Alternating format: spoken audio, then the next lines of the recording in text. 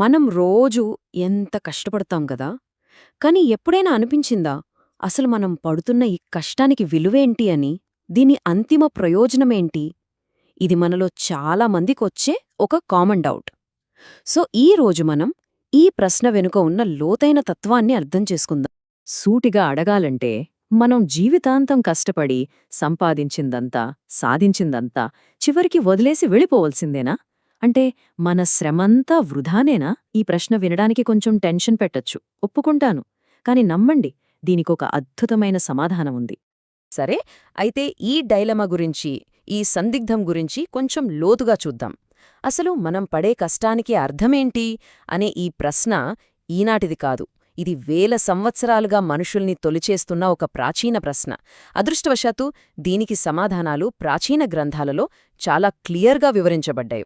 ఈ మూల గ్రంథం చూడండి, ఇది సూటిగా అసలు సమస్య గుండెలోకే వెళ్తుంది. అది అడుగుతుంది, ఒక వ్యక్తి తన కష్ట ఫలాలన్నింటినీ వదిలి వెళ్లాల్సి వస్తే అతనికి నిజంగా కలిగే లాభమేంటి? మరోవైపు ఒకవేళ ప్రపంచాన్నే గెలిచినా చివరికి దాన్ని అనుభవించలేకపోతే ఇంక ప్రయోజనమేముంటుంది చెప్పండి? ఆలోచించాల్సిన విషయమే కదా.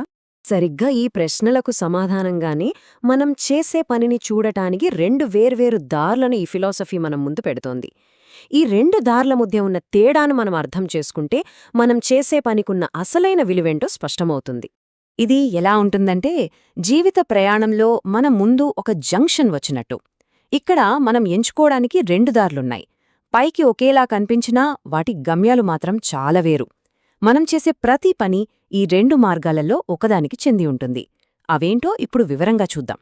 మొదటిది భౌతిక కర్మ.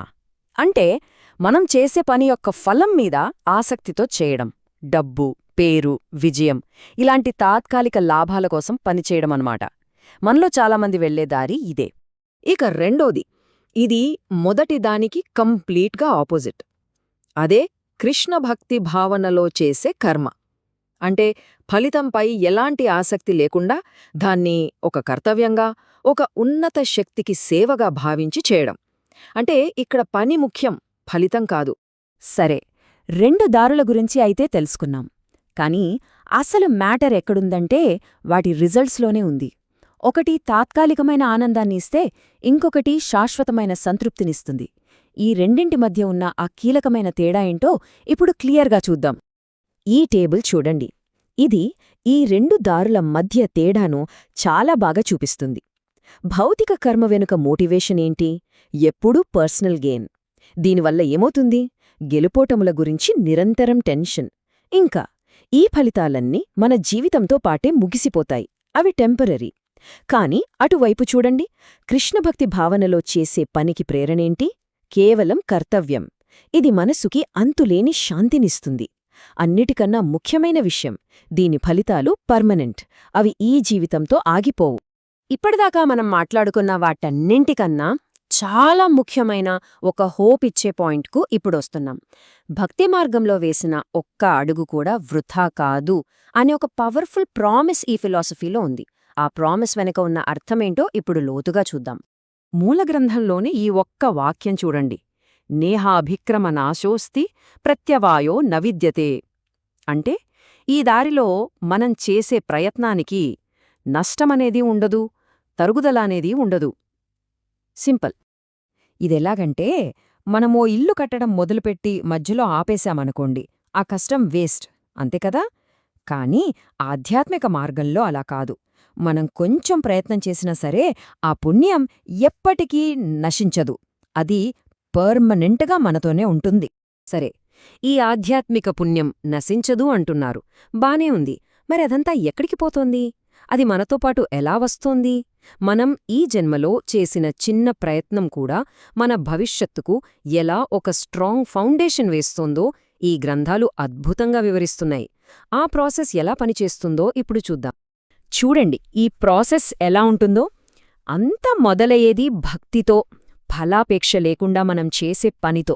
మనం సంపాదించిన ఆ ఆధ్యాత్మిక పుణ్యం ఈ శరీరం పోయినా సరే అది మనతోనే వస్తుంది. దాని ఫలితంగా నెక్స్ట్ లైఫ్లో ఒక అద్భుతమైన అవకాశం వస్తుందన్నమాట. ఒక మంచి సంస్కారమున్న బ్రాహ్మణ కుటుంబంలో గాని, ధనవంతుల కుటుంబంలో గాని జన్మించడం. ఇది శిక్ష కాదు, ఒక గిఫ్ట్. ఎందుకంటే ఆ కొత్త జీవితం మనం గతంలో ఎక్కడ ఆగిపోయామో అక్కడి నుంచే మన స్పిరిచువల్ జర్నీని కంటిన్యూ చేయడానికి ఒక గొప్ప బేస్ అవుతుంది. So the bottom line is this: ఈ దారిలో లాస్ అనేది 0%. చేసిన ఏ చిన్న ప్రయత్నమైనా వృధా కాదు. ఏదీ కోల్పోరు. ప్రతి అడుగు కౌంట్ అవుతుంది. అయితే ఇదంతా మనకు ఏం చెబుతోంది? సింపుల్గా చెప్పాలంటే మనం మన పనిని చూసే పద్ధతిని మార్చుకోమని చెబుతోంది. మన రోజువారీ పనులను కేవలం బతకడానికి చేసే పనిగానో ఒక భారంగానో చూడక్కర్లేదు. వాటినే మన ఆధ్యాత్మిక ఎదుగుదలకు ఒక సాధనంగా మార్చుకోవచ్చు. అప్పుడు మన పనికి ఒక శాశ్వతమైన, లోతైన అర్థమొస్తుంది.